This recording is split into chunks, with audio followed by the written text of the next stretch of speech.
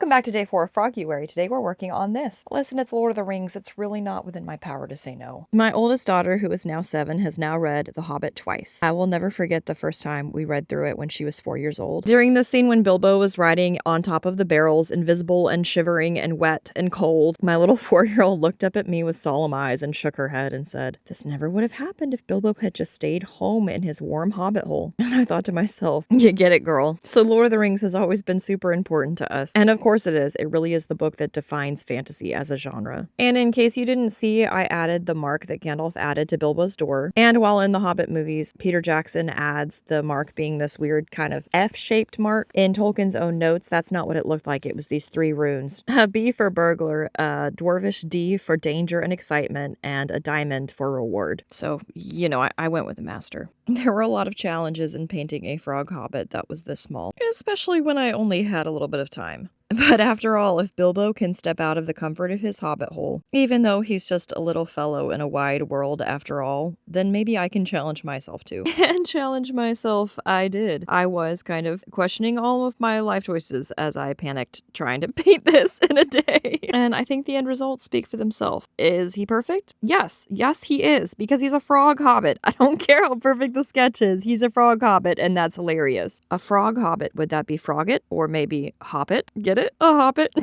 No, don't roll your eyes at me. I'm a delight. Anyway, with his final details on his jacket done, here he is. Bilbog, Swamppins. If any of you are ever passing his way, don't forget, you don't have to wait to knock. Tea is at 4, but any of you are welcome at any time. If you do stop by, you will almost assuredly find Bilbog in his nice hole by the fire with a kettle just beginning to sing. That is, unless he's found another dragon to burgle. Besides, if more of us valued food and cheer and song above hoarded gold, it would be a merrier world. Now that day 4 is done, what should I paint for day 5? Put your idea in the comments and I'll see you tomorrow. Okay, bye!